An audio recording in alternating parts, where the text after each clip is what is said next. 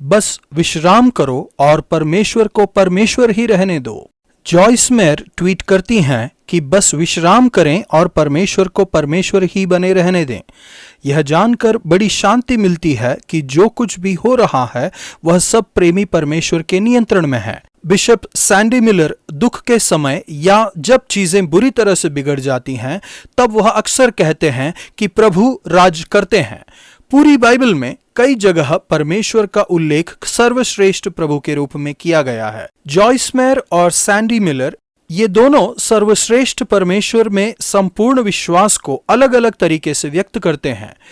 परमेश्वर सर्वश्रेष्ठ हैं और उनका संपूर्ण नियंत्रण है।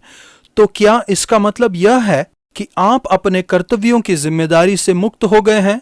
क्या इसका यह मतलब है कि आपके पास स्वतंत्र इच्छा नहीं है? जब हम अपने नए नियम के पद्यांशों में देखते हैं तो बाइबल हमें परमेश्वर की परम प्रधानता के साथ साथ मनुष्य की जिम्मेदारी और स्वतंत्र इच्छा भी सिखाती है। भजन संहिता 9:7-12 तक। सर्वश्रेष्ठ परमेश्वर में निस्संदेह रूप से विश्वास। सारी सृष्टि परमेश्वर के नियंत्रण में है। प्रभु राज करते हैं। परमेश्वर आप ही जगत का न्याय धर्म से करेंगे। वह देश देश के लोगों का मुकदमा खराई से निपटाएगा। यह ज्ञान हमें बेहद सांत्वना देता है। शायद हम कभी नहीं जान पाएंगे कि परमेश्वर कभी कभी हमारे जीवन में भयानक चीजें क्यों होने देते हैं। उनकी सर्वश्रेष्ठता में भरोसा रखिए और उन पर विश्वास बनाए रखिए कि वह आपको कभी नहीं त्यागेंगे और तेरे नाम के जानने वाले तुझ पर भरोसा रखेंगे, क्योंकि हे यहोवा, तूने अपने खोजियों को त्याग नहीं दिया। इस दौरान 3 बातों को करते रहिए। पहला, स्तुति कीजिए। यहोवा जो सियोन में विराजमान है उसका भजन गाओ। दूसरा, प्रचार कीजिए। जाति जाति के लोगों के बीच में उसके कार्यों का प्रचार करो। तीसरा, प्रार्थना कीजिए। यहोवा पिसे हुओं के लिए ऊंचा गढ़ ठहरेगा। वह संकट के समय के लिए भी ऊंचा गढ़ ठहरेगा। वह दीन लोगों की दुहाई को कभी नहीं भूलता। प्रभु, मैं आपको धन्यवाद देता हूं कि आप मेरी दुहाई को कभी नहीं भूलते और मैं निसंदेह आप पर विश्वास कर सकता हूं। आपका धन्यवाद कि मैं आराम से रह सकता हूं। और प्रभु, मैं चाहता हूं कि आप मेरे परमेश्वर हमेशा बने रहें। नया नियम मत्ती 11:16-30 तक। यीशु के साथ चलने के आमंत्रण को स्वीकारें। यीशु की शिक्षा चित्ताकर्षक है। आज के पद्यांश के पहले भाग में वह कहते हैं, तुम जीत सकते हो। एक तरफ यूहन्ना बपतिस्मा देने वाला आत्मसंयमी था और उसमें दुष्टात्मा होने का दोष लगाया। दूसरी तरफ यीशु हर तरह के लोगों के साथ दावत पर गए और उन लोगों को अपना मित्र बनाया जिन्हें घृणित वर्ग के रूप में माना जाता था। उन्हें पेटू, पियक्कड़ और महसूल लेने वाले दोनों का दोस्त और पापियों का मित्र ठहराया गया। आप जो भी करें उसका गलत अर्थ निकाला जाएगा। फिर भी यीशु आगे कहते हैं, पर ज्ञान अपने कामों में सच्चा ठहराया गया है। मैं इसका मतलब यह समझता हूं कि हम सिर्फ सही कार्य करें और यह चिंता न करें कि दूसरे क्या सोचते हैं। जनमत का महत्व ज्यादा नहीं है, है ना? अच्छी खीर खाने के बाद ही पता चलता है कि खीर अच्छी है। तब वह उन नगरों को उल्लाहना देने लगा जिनमें उसने बहुत सामर्थ के काम किए थे, क्योंकि उन्होंने अपना मन नहीं फिराया था और ना ही विश्वास किया था। वह कहते हैं कि उनके पाप सूर और सेदा के पाप से भी घिनौने हैं।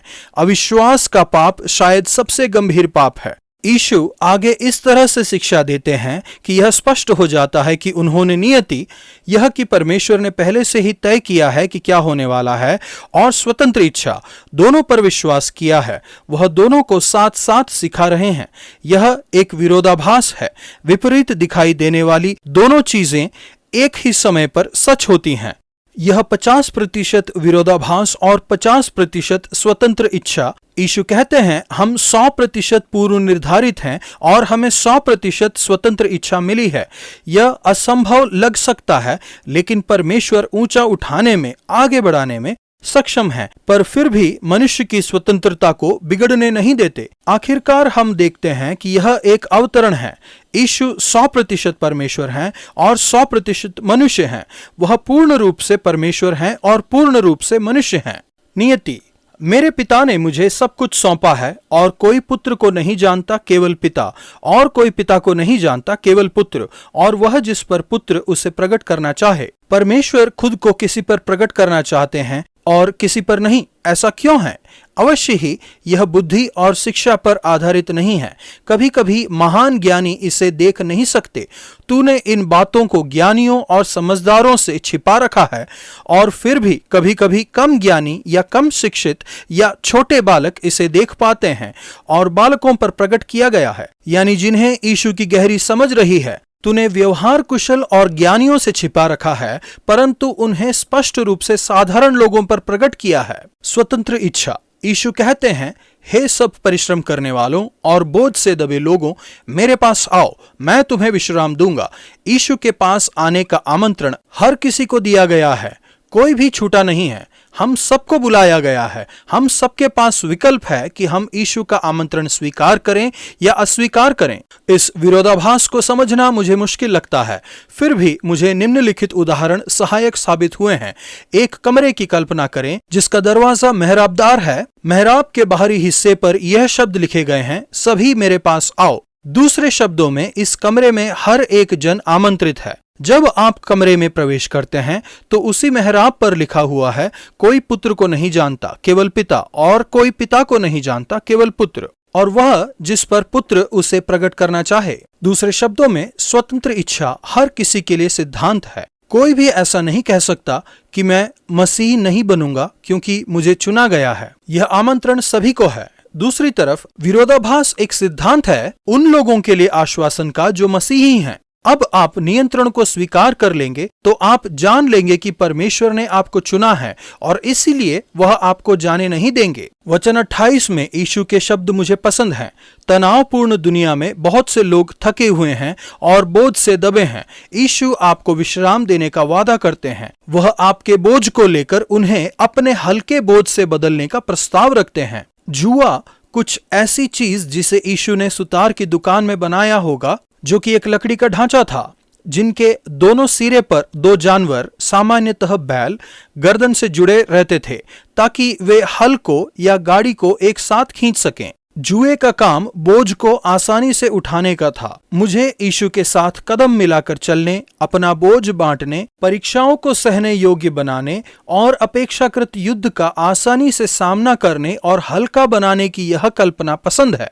यीशु दासत्व संचालक नहीं है। जब आप अपने जीवन के लिए उनकी कार्यसूची का पालन करेंगे तब आप उनका बोझ उठाएंगे, लेकिन यह कठिन, सख्त, धार वाला या जबरदस्ती नहीं है, बल्कि यह आरामदायक, अनुकूल और आनंद देने वाला है। जब आप वह करते हैं जो यीशु ने आपको करने के लिए कहा है, तो वह आपको इसे करने के लिए बल और बुद्धि भी देते हैं और आप उनके साथ उनके बोझ को आसानी से उठा पाते हैं। अवश्य ही इसमें अनेक चुनौतियां और परेशानियां आएंगी, लेकिन इसमें आसानी और हल्कापन भी रहेगा। यीशु आपसे कहते हैं, हे सब विश्राम करने वालों और बोझ से दबे लोगों, मेरे पास आओ, मैं तुम्हें विश्राम दूंगा। मेरा जुआ अपने ऊपर उठा लो और मुझसे सीखो, क्योंकि मैं नम्र और मन में दीन हूं, और तुम अपने मन में विश्राम पाओगे। बस विश्राम करें और परमेश्वर को परमेश्वर बने रहने दें। प्रभु, आपका धन्यवाद कि आपने मुझसे वादा किया है कि आप मेरे प्राण को विश्राम देंगे। धन्यवाद कि आज मैं आपके पास आता हूं। मैं अपना बोझ आपको देता हूं। पुराना नियम, उत्पत्ति 29 के 1 से 30 के 43 तक। परमेश्वर को अपने उद्देश्य को पूरा करते हुए देखें। हमारी कमजोरियों, अति संवेदनशीलता और पाप के बावजूद परमेश्वर अपने उद्देश्यों को पूरा करते हैं। याकूब एक धोखेबाज था। हम जो बोते हैं वही काटते हैं। उसने धोखा बोया था और उसे लाबान से धोखा ही पाया। फिर उसने धोखेबाजी का चक्र चालू रखा। यह धोखेबाजी और अविश्वास योग्यता और बेईमानी की असाधारण कहानी है। फिर भी किसी तरह से इन सब के बावजूद परमेश्वर ने लोगों में, इस्राएल में, अपने पुत्र यीशु के जन्म में और परमेश्वर के लोगों के भविष्य में अपने उद्देश्य को पूरा किया है। याकूब के बच्चों के जन्म में बहुत से पाप और परेशानियां शामिल थीं।